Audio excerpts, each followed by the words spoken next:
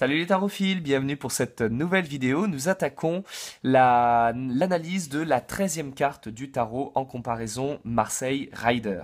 Alors, moi c'est une des cartes que je trouve les plus fascinantes pour la transformation qu'elle a vécue dans les deux traditions parce que il y a quelque chose de complètement différent et de totalement radical dans la manière d'interpréter du coup cette carte qui fait qu'on ne pourra pas la lire du tout de la même manière. Commençons par le Marseille. Le Marseille, évidemment, alors c'est l'une des cartes les plus connues du tarot de Marseille, puisque c'est une carte qui a suffisamment terrifié les foules et qui fait aujourd'hui office de un peu d'archétype pour la mauvaise nouvelle, pour l'attention, la mort. On voit souvent dans des séries télévisées quand il y a des gens qui tirent les cartes et que la personne tire cette carte-là, c'est tout de suite le mauvais augure, le mauvais œil, c'est le drame qui arrive, enfin voilà, on sent tout de suite l'énorme catastrophe imminente. Pourtant, essayons de décrypter. Nous avons un personnage qui est squelettique, qui ne s'appelle pas la mort puisque le nom a été enlevé, alors que sur les jeux les plus anciens, par exemple sur le Noblet, nous retrouvons, je crois que c'est sur le Noblet, nous retrouvons le nom, donc la carte s'appelle bien effectivement la mort à la base, néanmoins là le nom a été retiré alors que nous le retrouvons ici. Nous retrouvons un personnage qui est un peu squelettique, qui possède une faux, donc reprenant un peu voilà l'image archétypale de la faucheuse, la mort qui vient faucher les âmes. Et nous voyons en réalité quelque chose de très intéressant, c'est que elle est quand même foutrement miteuse en fait cette mort. C'est-à-dire que elle sent quand même légèrement l'anorexie, hein. On sent qu'elle n'a pas bouffé depuis un moment.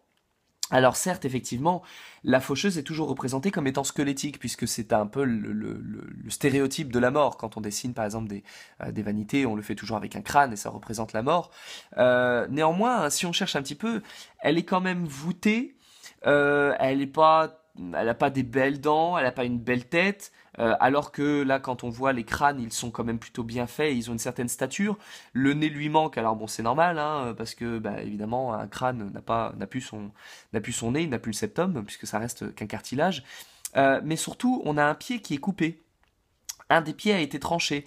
C'est-à-dire que c'est comme si la mort s'était blessée elle-même. Alors c'est drôle parce que la mort, elle est censée être immortelle, elle n'est pas censée être fragile, elle est immuable, elle est inchangeante et inchangeable. On ne peut pas la modifier, on ne peut pas l'altérer. Elle reste telle qu'elle. Thanatos dans la mythologie grecque, en dehors d'avoir été suffisamment con pour tomber dans un escalier et de se retrouver à la cave, ne s'est jamais cassé quoi que ce soit. Donc là, on a quand même un personnage qui est peut-être un peu plus proche du caractère humain que l'archétype même de la faucheuse. Et là, du coup, ce qu'on va retrouver, c'est que on peut, nous, en tant qu'individus, nous projeter dans ce personnage-là. On peut se faire en analogie avec ce personnage-là. D'autant plus que c'est le seul personnage qui soit, entre guillemets, vivant de la carte, puisque nous avons des têtes en dessous, mais les têtes ont pas l'air d'être très très vivaces. Donc, si on reprend un peu, nous avons un personnage avec une faux qui a un pied coupé, un peu comme les gens qui travaillent dans les champs et qui pouvaient se faire du mal, qui pouvaient se faire des accidents. Et en cela, cette carte-là pourra nous en parler, pourra nous parler de nous blesser, de nous faire du mal ou de devoir nous donner à la tâche, d'avoir un travail lourd et laborieux et difficile à faire.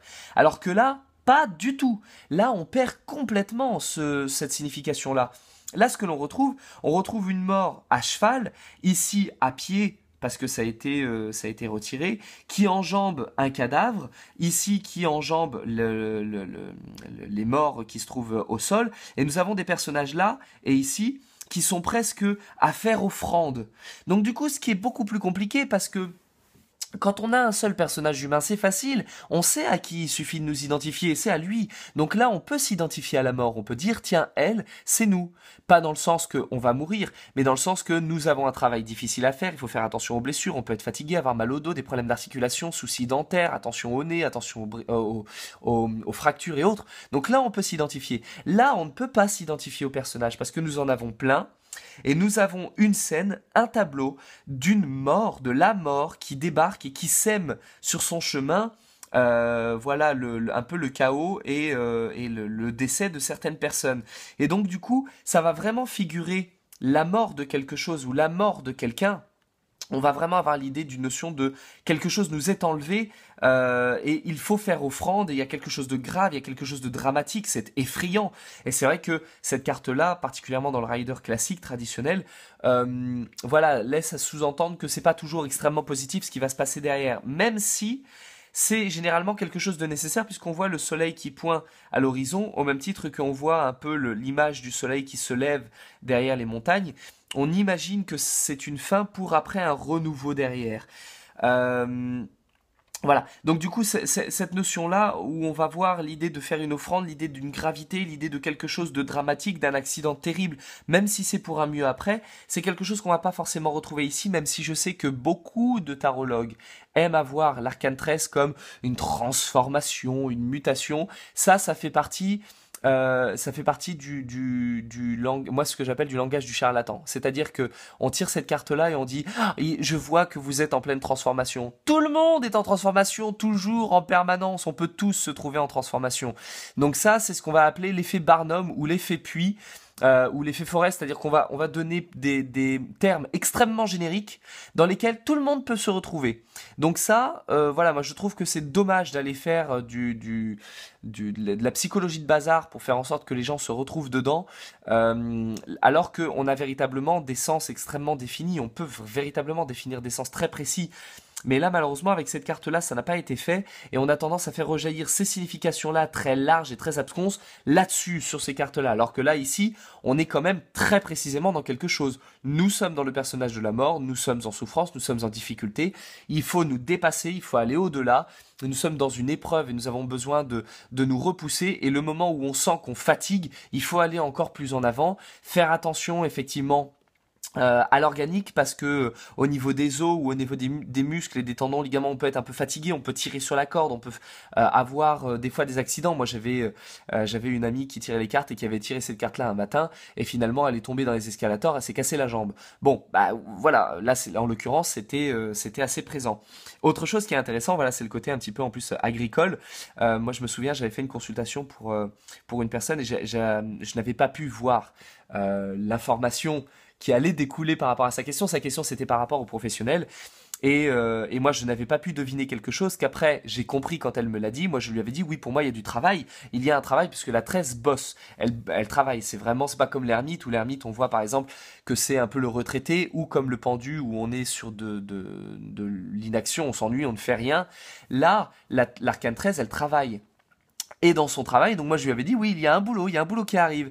Et effectivement, elle a eu un boulot, mais je n'imaginais absolument pas à quel point ça pouvait toucher juste, puisqu'elle s'était mise à travailler dans un lieu à Chantilly, pour ceux qui connaissent le jardin de Chantilly. Elle avait travaillé au potager des princes. Elle travaillait dans un endroit qui s'appelait le potager des princes. Et effectivement, tout était là dans la carte. Sauf que moi, je ne pouvais pas le deviner, c'était pas possible. Donc là, en l'occurrence, la carte avait très précisément répondu. Et si j'avais tiré ce jeu, je n'aurais pas pu avoir cette information-là. Parce que cette carte-là ne nous parle pas de travail. Parce qu'elle ne nous parle pas d'effort. Parce qu'elle ne nous parle pas ni de potager, ni alors peut-être de prince parce qu'on a une petite couronne. Mais ça reste léger, ça reste quand même qu'un point sur 4.